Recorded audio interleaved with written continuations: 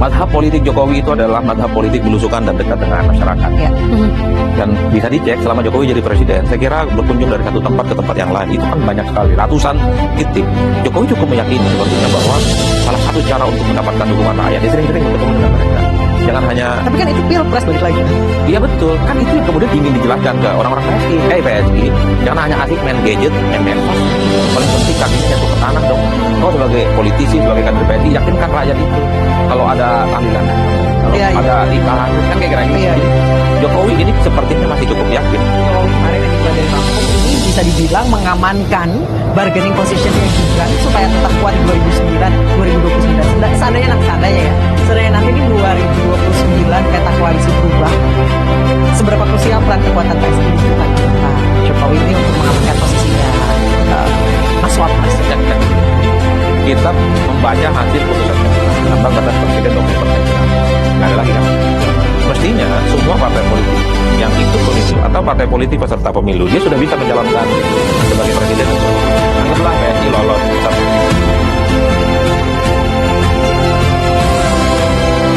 Dan RI ke-7 bulan Juni kemarin sudah mulai melakukan colong start, yakni dengan safari politik. Dan wilayah Lampung menjadi wilayah pertama yang dituju. Otomatis safari politik ini pun menimbulkan berbagai spekulasi. Nah, ada beragam tanggapan dari partai politik dan masyarakat tentunya. Apakah safari politik yang dilakukan Presiden ke-7 Joko Widodo ini sebagai langkah untuk memanaskan atau bahkan menguatkan mesin politik PSI di 2029? Sudah ada Mas Adi Praitno di sini, pengamat politik. Mas Adi. Jadi gimana Mas, ini beneran colong start atau apa sih? Saya nggak tahu istilah curi start, colong start dalam politik itu mengarah kepada apa ya. Karena bagi saya kerjaan politik itu adalah all the time. Jadi targetnya bukan hanya 2029. Dan selama ini selalu banyak pikiran bahwa politik itu hanya dianggap ya sesaat sebelum pemilu, baru kemudian kampanye dilakukan. Jadi saya berharap orang-orang seperti Pak Jokowi, ya kalau mau belusukan jangan targetnya 2029. Kejauhan. Bahkan setelah 2029, 2030, 2030, terus-terusan aja. Sepanjang masih sehat, sepanjang masih ada undangan, hadir aja. Nah, Mas Adi, Kan kayak gitu aja judulnya. kenapa Lampung ya? Biasanya kan kalau safari politik itu justru startnya dari daerah yang paling kuat lah dalam tanda kutip, ya Jawa. Kenapa Lampung? Apakah ada gajah di balik batu? Apalagi Ya, Kabupaten Mesuji loh. Kalau informatifnya kan ya yang undang orang Lampung kan gitu kan. Oke. Tapi kan Itu secara formalitas lah ya. iya, tapi kan secara simbolik sederhana kok. Apa tuh? PSI apa lambangnya? Gajah. Lampung itu identik dengan Gajah. gajah. Bahkan Waikambas itu kan Iya, di Lampung. sebagai salah satu tempat konservasi gajah Sumatera. Iya, toh. iya. Jadi wajar dong kalau ke Lampung secara simbolik didatangin. Jadi ini mau branding sebenarnya, strategi branding. mempertebal posisi Pak Jokowi dengan PSI. Ah, Kalau logo PSI itu sapi, pasti ke Madura duluan. Tapi kalau historical, emang sebenarnya Lampung tuh jadi basisnya Jokowi nggak sih, Mas? Kalau secara elektoral di Pilpres ya, Lampung juga menjadi basisnya Jokowi yang perolehan suaranya cukup signifikan 2014 dan 2019. Jadi dua variabel ini yang kemudian bisa menjelaskan secara simbolik kenapa Lampung. Ini di situ ada gajah yang kemudian kita tahu adalah simbol Lampung dan Sumatera. Dan yang paling penting suara Pak Jokowi 2 kali Pilpres di situ juga mendapatkan kalau signifikansi. di situ adalah suara kuat Jokowi 2014 dan 2019, means PDIP juga kuat di situ. Apa kayak mau ngasih gertak sambel? Nah itu, kan mau mecah. Kalau saya sih prinsipnya begini, kalau memang safari politik Jokowi itu diniatkan, salah satunya untuk membesarkan PSI misalnya, saya ingin katakan bahwa pertarungan Pilpres dan Pileg itu beda loh. Kalau di Pilpres, kertas suaranya kan simpel. Calonnya 1, 2, atau 3 orang. Ada nama, ada foto. Jadi gampang pemilih untuk mengidentifikasi kira-kira siapa yang harus mereka coblos. Ya. Kan kayak gitu. Kayak di 2024, pilih Prabowo, pilih Anies atau Ganjar. Pileg, very complicated. Di Pileg itu, di kertas suara, itu kan yang muncul cuman logo partai sama nama-nama caleg. Dan di 2029 tentu tidak ada nama dan foto Jokowi. Jadi kalau kita bicara tentang PSI lolos ke parlemen, suaranya signifikan, itu bicara Pileg namanya. Salah satu kekuatan politik di Pileg menambah suara partai adalah anatomi kekuatan utamanya terletak pada caleg-caleg yang diusung di setiap daerah pemilihan. Kita bisa belajar dari Golkar. Apa yang ingin dipelajari dari Golkar? Golkar sejak 2014, 2019, 2024 nggak pernah punya jagoan di Pilpres, nggak pernah punya jagoan di calon wakil presiden. Suaranya signifikan, top 3, bahkan runner up. Itu artinya apa? Pileg sama pilpres pertempurannya berbeda. Suatu hal yang sangat variatif.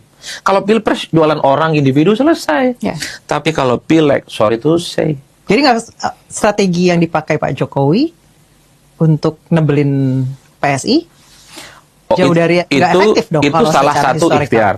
Salah satu ikhtiar supaya orang yang merasa suka, orang yang merasa dekat, atau yang approval ratingnya selalu ngasih positif ke Jokowi, harapannya pindah ke PSI. Kan kayak gitu dengan safari politik.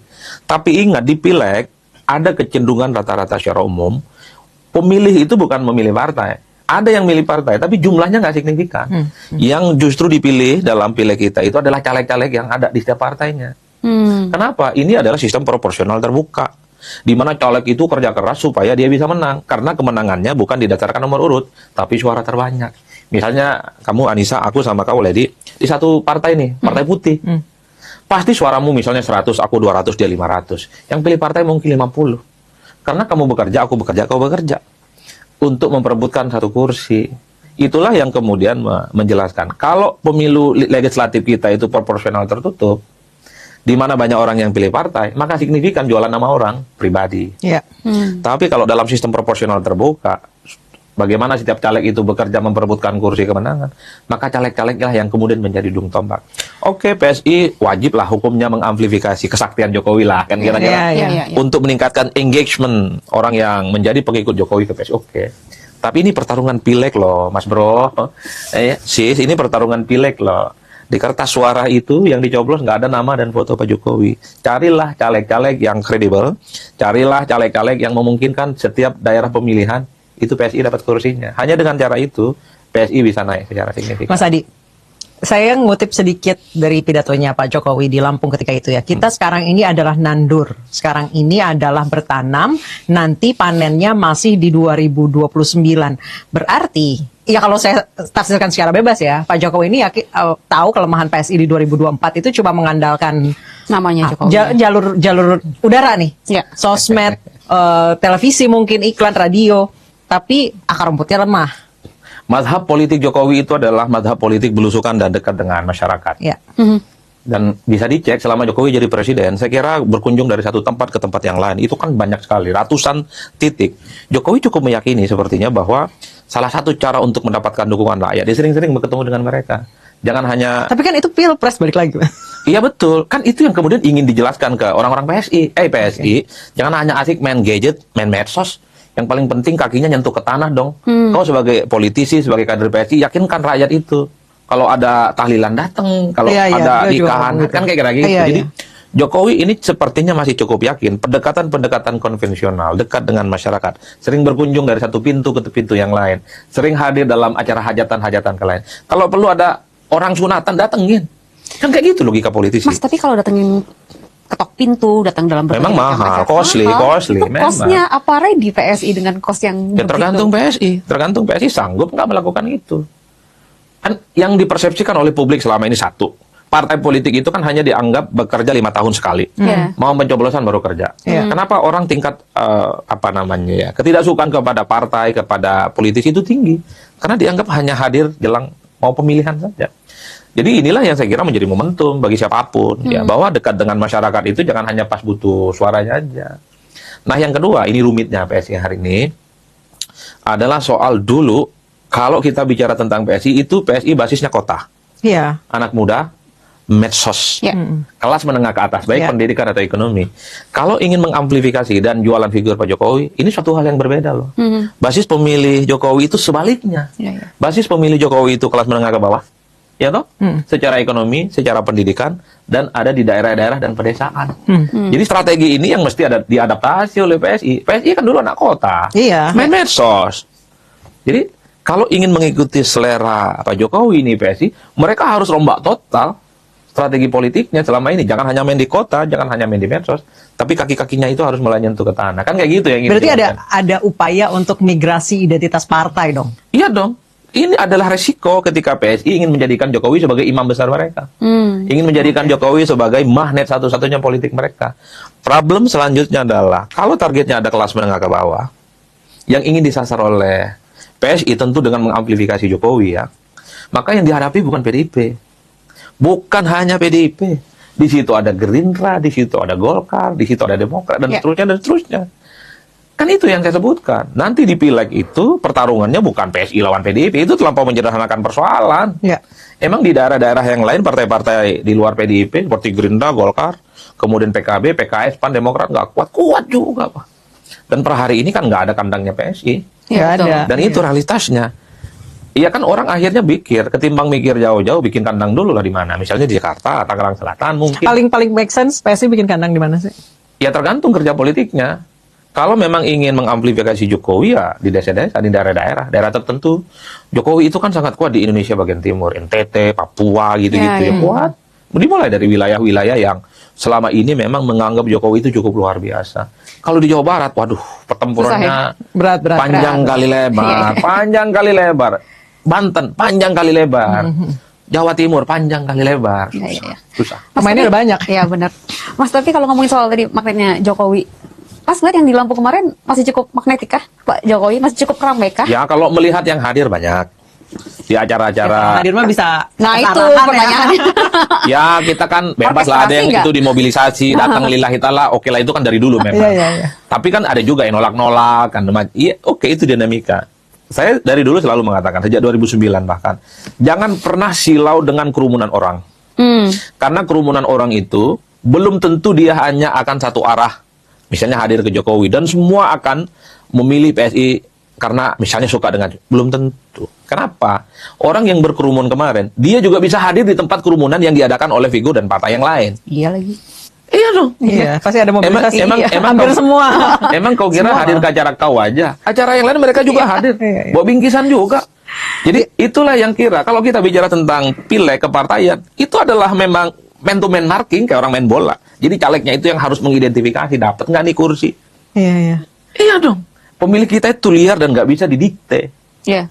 Termasuk misalnya ada bansos, sembako, politik uang. Emang kau doang yang ngasih. Caleg, kemudian tokoh partai yang lain juga sama. Jadi itulah yang kemudian menentukan bagaimana pertarungan politik itu di ujungnya sebenarnya. Siapa yang bisa mengeksekusi itu? Caleg. Kalau pilpres beda dong. Kan kalau pilpres agak lebih mudah Iya. untuk mencari dukungan-dukungan politiknya. Tapi kalau pileg agak beda. Itulah yang saya kira bahwa kalau kita melihat PSI, Jokowi dan roadshow-nya, jangan ini dibayangkan Jokowi akan maju lagi di pilpres. Iya, Bayang- nggak bisa. Iya. Kecuali undang-undangnya diganti lagi. Iya, bayangkan bagaimana PSI dapat suara, apa partai, bagaimana calegnya. Makanya banyak bajak-bajak dari partai-partai Partai-partai lain. lain. Iya. Nah, plus nih, apa efek Jokowi ketika maju pilpres terhadap partai? Ayo kita cek. 2009, berapa suara PDIP? 14% kan? Iya. Saat itu 2009 yang berkuasa SBY presiden, Demokrat 20% toh. PDIP sudah punya bekal luar biasa 14%.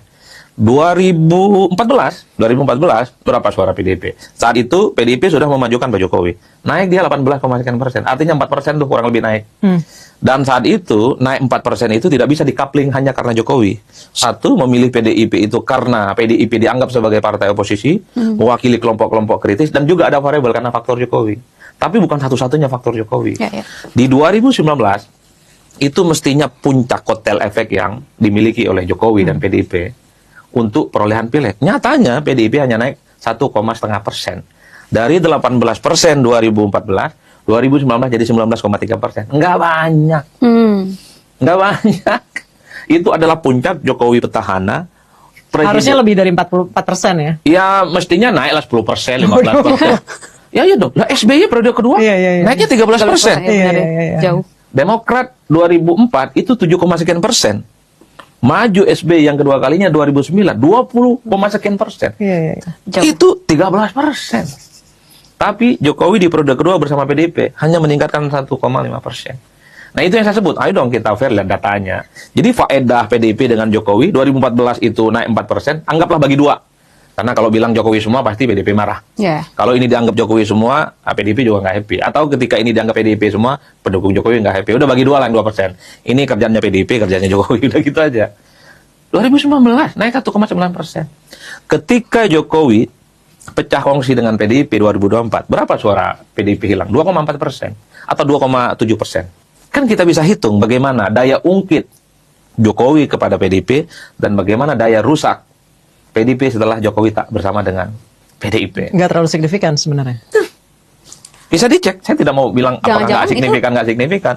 Ketika Jokowi meninggalkan PDIP tak lagi bersama dengan Jokowi. PDIP kurang lebih kehilangan 2,7% di 2024. Jadi nggak terjun bebas amat. Dan ya kalau mau disebut di 2024 saya selalu mengatakan Prabowo menang Pilpres, PDIP juga menang di Pileg. Dan itu yang terjadi per hari ini. Oleh karena itu harus dilihat, dan saya harus secara eksplisit melihat ya. Kalau Jokowi turun, apa dampaknya kepada partai itu harus dilihat secara signifikan. Yang jelas ini bukan pertarungan Pilpres.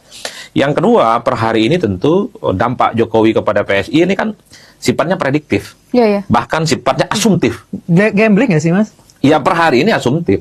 Karena minimal harus ada data-data survei. Apakah PSI hari ini yang mungkin 2% setelah Jokowi masuk segala macam, apakah akan langsung melesat gitu loh. 4%, 10%, 20%. Ya per hari ini belum ada guidance yang bisa menunjukkan berapa elektabilitas PSI. Minimal itu kan survei ilmiah ya, yang bisa dijadikan sebagai petunjuk. Tapi ingat, sekali lagi, bahwa kerja-kerja politik lah yang kemudian akan menentukan apakah kesaktian Jokowi ini akan bertuah Nah, ataupun itu tidak. dia. Jokowi all out di PSI, bahkan pasang target 6-7%.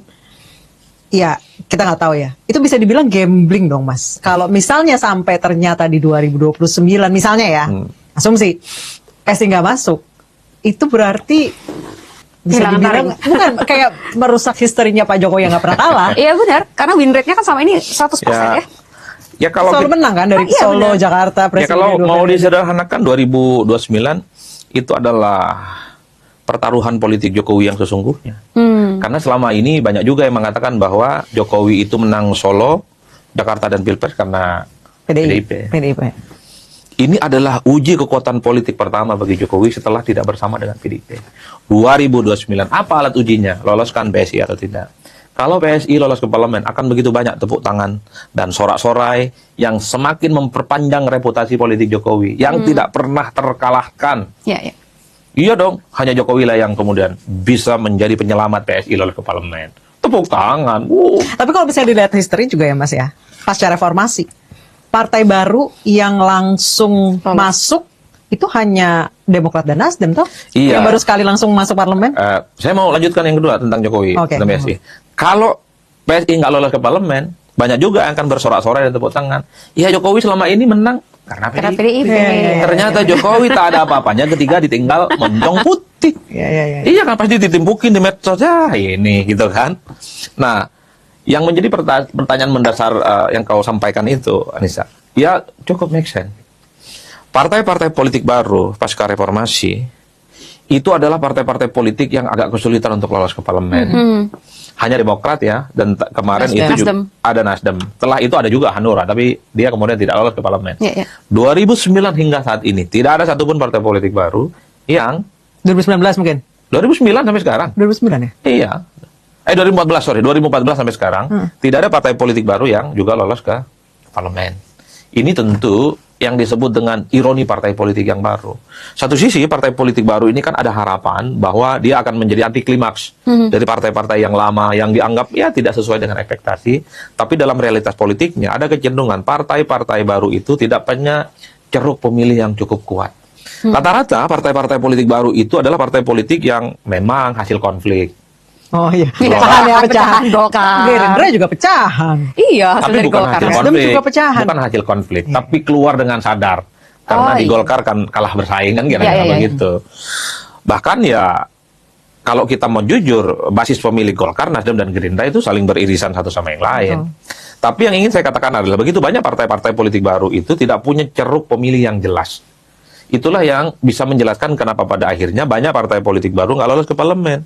Misalnya kayak Gelora. Kan dia berharap supaya pemilih-pemilih PKS yang muslim perkotaan bisa ke Gelora. Iya. Nyatanya enggak. Enggak. Pasti tetap di PKS. Begitupun sebaliknya. Partai Umat, ini kan anggaplah sempalan dari Partai Amanat Nasional. Karena Amin Rais tidak lagi di PAN. Nyatanya Partai Umat juga nggak signifikan. Pemilih-pemilih Muhammadiyah juga banyak yang ke Partai Amanat Nasional. Tentu di luar ada caleg-caleg artis kan yang kemudian dicalonkan oleh PAN. Nah, PSI ini captive marketnya apa? Oke, Jokowi itu identik dengan belusukan. Oke, Jokowi itu identik dengan dengan pemilih-pemilih daerah dan desa. Masalahnya adalah selama ini profil demografi kelompok pemilih menengah ke bawah itu ya PDIP, ya Gerindra, ya Golkar.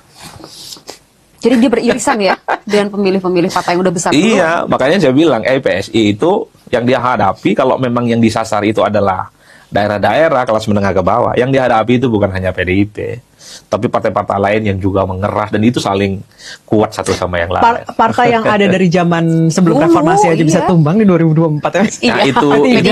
Aduh, shock saya. itu yang saya kira bukan perkara gampang. Karena kalau bicara PSI lolos ke parlemen itu sekali lagi bicara pileg loh. Kita itu tidak sedang bicara tentang pilpres. Kalau Pak Jokowi konteksnya pilpres nggak ada yang bisa bantah, masih kuat. Ya kan popularitasnya kuat, yang kenal juga kuat, yang puas juga masih ada gitu loh. Nah, Mas Tapi Adi, apakah itu bisa diterjemahkan sebagai sesuatu yang juga inline dan automatically ke PSI? Belum tentu. Belum tentu. Itu yang saya kira butuh kerja-kerja, strukturnya dibenahin. Karena di 2027 PSI ini ujian pertamanya adalah verifikasi faktual dan administrasi Oh untuk iya, ikut pemilu di verifikasi. 2029. Nggak gampang Salah satu itu. yang harus diurus di situ adalah struktur kepengurusannya Iya, dong. betul. Baru setelah itu cari caleg-caleg yang bisa diandalkan di setiap daerah pemilihan menang. Jadi itu saja. nah tadi belum kita bahas. Ada katanya kan saat ini PS itu lagi gencar narik-narikin bajak-bajakin politisi-politisi senior dari Partai lain. partai-partai sebelah nih.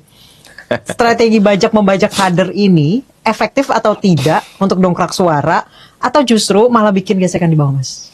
Ya gesekan pasti ada. Tapi bajak membajak itu menurut saya sepanjang tidak menyangkut elit kunci di sebuah partai tidak ada persoalan. Kan rata-rata yang pindah itu yang sudah tidak jadi apa-apa.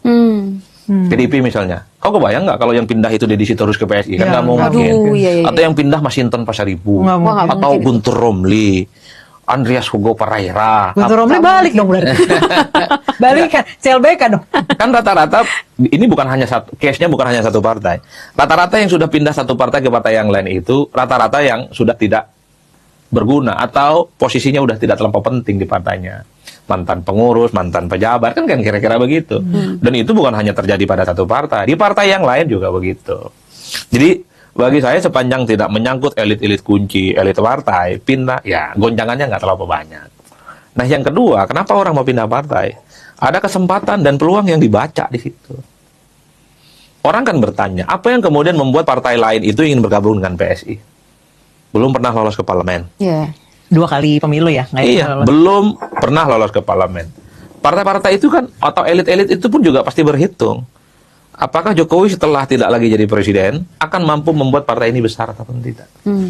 Kan itu pertanyaan mendasarnya. Berarti Jadi partai ini mengkalkulasi betul. Jangan-jangan dia masuk tapi nggak lolos ke parlemen kan percuma juga pada akhirnya. Itulah yang kemudian membuat relevansi kenapa Jokowi itu roadshow membesarkan PSI. Ada asumsi dan semacam premis itu keyakinan sementara Jokowi akan bisa membesarkan PSI dan ini bisa menjadi daya tarik bagi orang-orang di partai yang lain yang posisinya sudah nggak dianggap, bukan orang penting lagi, Ya. tidak ada harapan bisa dimajukan di pileg, bisa pindah ke PSI. Kan kayak gitu jalan ceritanya. ya banyak politisi juga akhirnya menimbang-nimbang setelah di 2024 banyak yang migrasi malah nggak jadi apa-apa. Jadi migrasi pun juga nggak ada jaminan. Intinya agak rumit sebenarnya mengajak politisi yang di partai-partai yang lama itu untuk pindah ke partai politik yang belum pernah lolos ke parlemen. Itu tantangannya. Kecuali ada hope yang betul-betul bisa meyakinkan para politisi di tempat yang lain untuk pindah ke PSI. Apa hope-nya? Bisa dipastikan ini akan lolos ke parlemen dan suaranya 6%, 7%, dan seterusnya, dan seterusnya. Tapi bagaimana cara meyakinkan itu? Ya salah satunya adalah kan figur Jokowi.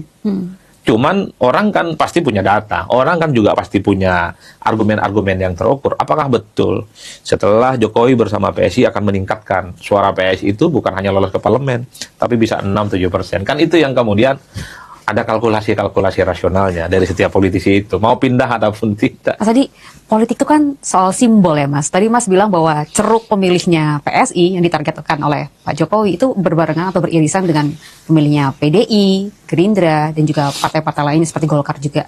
Kemarin kalau kita ingat di Lampung ada salah satu tradisinya ketika di Oh iya. itu kan Pak Jokowi menginjak kepala kerbau, yang mana kemudian diasosiasikan ini seperti seolah-olah menantang PDI. Apakah kalau menurut Mas Adi sendiri Pak Jokowi itu seneng simbol-simbol loh, politik itu kan soal simbol-simbol. Kalau menurut Mas Adi, apakah ini pertanda Pak Jokowi menantang 2029 kita head to head PDIP? Gimana Mas? Tergantung posisi duduknya. Maksudnya Gitu ya. Kalau ingin memposisikan diri sebagai orang yang bersama dengan Jokowi, para relawan-relawan dan PSI, itu akan dikatakan ya ini hanya sebatas seremonial biasa, acara adat istiadat biasa, nggak ada hubungannya dengan politik-politik apapun, apalagi dengan nantang-nantang PDIP misalnya, murni. Oh, saya nggak percaya. Nah, karena posisi dudukmu di sebelah, yaitu tidak bersama dengan Jokowi, tidak bersama dengan PSI, dan tidak bersama dengan relawan-relawan Jokowi. Itu akan dimaknai sebagai sebuah tantangan, itu akan dimaknai sebagai sebuah, ya di 2009 tarung bebas. Tapi kan kata PDIP, kalau itu memang diniatkan adalah untuk misalnya tujuannya kepada PDIP, itu salah alamat. Karena PDIP kan bukan kerbau, tapi banteng. Iya, betul. Apa sih bedanya kerbau, banteng sama sapi itu? Kampung saya sih sapi soalnya. Beda, Mas. Beda ya? Beda. Nah, agak lebih gede kalau kerbau. Bahkan kalau kita mendengarkan statement Guntur Romli kan ekstrim juga tuh. Jadi nginjak kepala kerbau itu bisa disimbolisasi sebagai pendukung Jokowi yang sangat loyal, tegak lurus, tutup mata, dan selalu mengikuti keinginan Jokowi yang ingin berkuasa tanpa batas. Oh, iya. Itu yang ngeri. Loh iya dong, kita kan meneliti detail, kita omongan-omongan politisi dan elit itu. Ya. Ya itulah yang saya bilang, tergantung posisi duduknya. Bagi saya itu all in lah. Satu sisi ada adat istiadat, tapi secara simbolik make sense dengan rivalitas yang bertanding itu. Nah, kenapa kalau sudah Jokowi pasti dikait-kaitkan dengan PDIP? Ya ini kan perang saudara aja judulnya. Bukankah kalau kita baca buku itu ada sekali banyak kalimat yang sangat quotable. Tidak ada perang yang sangat menyedihkan dan panjang kali lebar selain perang saudara. Kau bisa ribut sama orang lain, tapi kan cepat balikannya. Tapi kalau ribut sama saudara, bisa 4 tahun, 10 tahun itu nggak kelar-kelar itu barang. Jadi saya membayangkan... Tapi kan tidak ada musuh abadi di politik, Mas, katanya. Iya. Tidak ada kawan abadi, tidak ada musuh abadi di politik. Mungkin iya, tapi rasa-rasanya kalau Jokowi sama PDIP, PDIP sama Jokowi, rasa-rasanya akan ada musuh dan... Ada yang 20 tahun lebih ya? Ya, saya masih cukup meyakini bahwa akan ada musuh dan Rivalitas persaingan ya. yang abadi itu. Ya, PDIP sama Jokowi. Oh, jadi berlanjut nih? Ya, nggak ada tanda-tandanya baikan kok. Tapi akankah banteng mengamuk, Mas, dengan simbol-simbol seperti ini? Nah. Enggak sih. Justru Enggak ya? saya melihat safari politik Jokowi itu dalam banyak hal justru akan membuat banteng ini semakin konsolidatif. Mereka akan membuat barisan-barisan politik mereka itu akan terus solid supaya tidak pindah ke lain hati. Bahwa mungkin di daerah-daerah tertentu ada kader-kader banteng yang pindah, ya case to case mungkin. Tapi kan itu tidak, jangan pernah mensimplifikasi satu kasus bahwa seakan-akan PDIP akan misalnya nih bedol desa ke PSI. Enggak. Bedol Itu kan, desa sih enggak. iya, karena 1 orang, 2 orang itu kan Iya tidak sih. menghilangkan suara Iya. PDIP yang 16% gitu loh. Terlampau gede angka itu. Karena orang yang pindah itu juga belum tentu punya daya kejut saat dia maju. Iya. Kan itu saja judul ceritanya. Kita ini hidup seringkali menyederhanakan persoalan. Oh, ini politisi ini pindah seakan-akan ini bedol desa. Tidak sesederhana itu. Karena pertarungan politik itu ya salah satunya apa hasil yang didapatkan. Pileg, kursi bertambah atau tidak, berkurang atau tidak. Atau mungkin ada survei nanti yang mengatakan bahwa hari ini PSI cuma 2%, tapi setelah ada Jokowi meningkat tuh 3%, 4%. Berarti Jokowi efeknya ada. Berarti ditunggu survei-survei selanjutnya. Dan saya kira PSI juga punya survei. Yang lain pun juga punya survei. Di luar PSI juga banyak survei. Di publik, dipublish apa enggak itu urusan teknis. Tapi saya kira semua partai, semua tim, semua politisi per hari ini data driven lah, ngerti. Iya.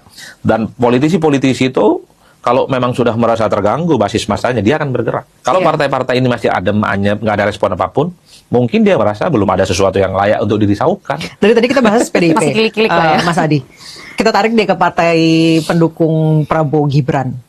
Safari politik non formal Pak Jokowi ini bisa menimbulkan riak-riak nggak sih di kabinet, di partai-partai pemerintah? Kalau per hari ini partai-partai itu hanya fokus pada partai mereka sendiri. Dan mereka juga hanya fokus bagaimana bekerja untuk membantu Prabowo dalam menyukseskan visi dan misinya. Buktinya proposal politik Prabowo Gibran 2 periode itu kan anyep, nggak ada yang ngerespon. Anyep ya. Anyep. Ya mungkin masih menganggap Belanda masih jauh. Pilpres 2029 kurang lebih sekitar 3,5 tahun. Mungkin juga ada yang menganggap bahwa ini bisa mengganggu fokus bagaimana kinerja pemerintah akan ya tidak terlampau konsentrasi. Atau drama lain lebih seru. Lebih menarik. Nah, yang ketiga, saya termasuk yang meyakini dari lubuk hati yang paling dalam bahwa partai-partai pendukung koalisi pemerintah pasti juga punya intensi untuk bisa berdampingan dengan Pak Prabowo sebagai calon wakil presiden. Cuman memang proposalnya nggak disampaikan secara terbuka. Siapa tahu ada siul-siul, WA-WA. Siapa sih yang nggak ingin jadi calon wakil presiden Prabowo di 2029? Posisi petahana dan kemungkinan akan menang sangat terbuka Besar, dan ya. jauh lebih mudah dibandingkan yang sebelumnya. Siapa yang nggak ingin? Jadi apa namanya persaingan politik di inner circle kekuasaan pemerintah hari ini bukan hanya Solo, tapi partai-partai yang lain, ketua umum yang lain, bahkan saya kira menteri-menteri yang saat ini ada di kabinet, kalau memang diminati untuk jadi wakil presiden, pasti dia terima. Siapa yang nggak mau? Karena puncak tertinggi jadi politisi dan pejabat publik itu bisa bertanding, apalagi bisa jadi calon orang nomor 2 di negara ini. Itulah yang kemudian membuat kenapa proposal politik Prabowo Gibran 2 periode itu ya terkesan nggak ada respon dan jawabannya normatif. Pasti bilangnya masih fokus kerja, menghormati usulan-usulan. Tapi kan pasti mereka berhitung, ya awak juga mau. Mas, Cuman, tapi kalau Mas bilang proposal politik Prabowo Gibran 2 periode itu anyap, berarti dengan kata lain Mas melihat bahwa usaha Pak Jokowi untuk safari politik dan mengajukan Gibran untuk di periode 2029 nanti maju lagi jadi cawapres bukan satu hal yang dipandang betul-betul menjanjikan buat petahana saat ini. ya Jokowi PSI nggak peduli dengan sikap politik partai yang lain. Yang dipedulin tentu sikap politiknya Gerindra dan Prabowo. Kan kayak gitu. Saya Mas melihatnya gimana Gerindra sama Prabowo, Mas? Ya, per hari ini tentu Gerindra tidak mungkin akan memberikan statement politik apapun. Karena pasti satu dibully. Ini masih jauh kok ngomongin pilpres. Pasti ngomongnya fokus pada pekerjaan. Tapi bahwa akan ada kalkulasi-kalkulasi politik yang diperhitungkan, pasti sudah dirancang sejak saat ini. Itulah yang saya kira yang tadi, Jokowi, PSI, pasti yang ditunggu itu adalah statement resmi dan sikap politik Gerindra dan Pak Prabowo dalam hal ini. Kalau yang lain mau menolak apa, pasti nggak dipeduliin tuh. Ya urusannya sama mereka. Iya. Karena yang diinginkan oleh Pak Jokowi dan PSI, bagaimana Gibran bisa dipilih kembali jadi calon wakil presiden. Mau ikut apa enggak, partai yang lain yang nggak suka, yang anyap-anyap itu ya akan ditinggalkan. Kayak gitu jalan ceritanya. Bagi saya yang menarik adalah, oke, kalau Prabowo Gibran 2 periode nggak ada soal kan. Ada kecenderungan yang nolak-nolak mungkin akan ikut nanti. Nggak ada pilihan. Justru yang ditunggu itu adalah, kalau Gibran nggak jadi calon wakil presiden Prabowo untuk yang kedua kalinya. What's next? Apa yang akan dilakukan oleh Jokowi? Itu dia, Mas. Safari politik Pak Jokowi kemarin yang dimulai dari Lampung ini bisa dibilang mengamankan bargaining positionnya Gibran supaya tetap kuat di 2029. Seandainya nanti ini 2029 peta koalisi berubah. Seberapa krusial peran kekuatan PSI bentukan Pak Jokowi ini untuk mengamankan posisinya Mas Wapres ya? Kita membaca hasil putusan MK. Ambang batas presiden 20% hilang. Nggak ada lagi kan? Iya. Mestinya semua partai politik yang ikut pemilu atau partai politik peserta pemilu, dia sudah bisa mencalonkan sebagai presiden dan calon wakil presiden. Anggaplah PSI lolos peserta pemilu 2029. Jadi nggak perlu tergantung kepada siapapun, bisa usung Gibran. Tiketnya udah ada, boarding passnya sudah ada. Apalagi yang ditunggu? Ya toh? Iya. Kan sesederhana itu saja. Begitupun dengan partai-partai politik yang lain yang lolos ke parlemen hari ini kan banyak tuh di luar Gerindra. Majuin. Kan syaratnya sudah ada. Kan selama ini ambang batas presiden itu dianggap Berarti calonnya akan banyak lagi ya? Logika sederhananya dengan ketiadaan ambang batas presiden 20% akan banyak calon mestinya. Kayak 2004 ya? Cuman saya termasuk yang meyakini partai-partai ini kan menghitung betul, diukur secara rasional. Untuk apa maju pilpres? Butuh logistik, butuh dana. Mahal-mahal. Iya. Kalau ujung-ujungnya udah tahu kalah gitu. Mending ikut yang menang kan, bikin gerbong, bikin deal di awal. Ya tapi 2004 pun yang nggak ada ambang batas 5 ya? 5 itu pertama kali. banyak, Iya, dan 2 iya, benar putaran. juga. 2 putaran Dua ya. putaran. Ya bagi kita 4 putaran, 6 putaran seneng lah. Iyalah. Iya, Saya malah banyak. ini juga seneng. Iya, pilihannya jadi Banyak. variatif. Ya enggak juga, banyak diskusi. Ya banyak. Oh ya, benar. Dan biasa-biasa saja. Nah, saya sih melihat kenapa safari politik Jokowi itu dilakukan di 2026. Pasti Jokowi punya argumen. Per hari ini yang dimiliki oleh Jokowi kan cuma 3. PSI, relawan sama Gibran.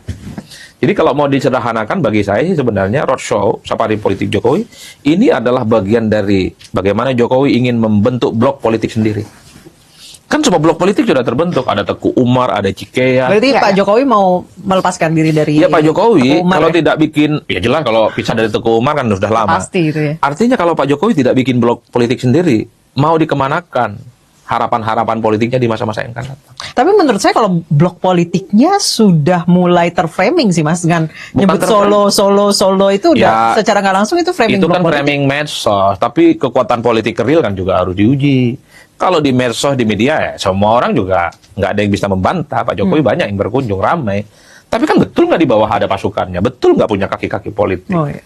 Betul nggak punya bergen? Hanya dengan cara inilah yang saya lihat dari jauh, ya Jokowi harus membuat kekuatan politik sendiri. Jokowi tentu tidak bisa berharap selalu kepada Pak Prabowo ataupun kepada Gerindra lah gitu ya, yang menjadi partner politiknya, karena kapanpun ini bisa berubah soal dinamika politiknya. Maka satu-satunya yang bisa dikanalisasi oleh Pak Jokowi ya PSI.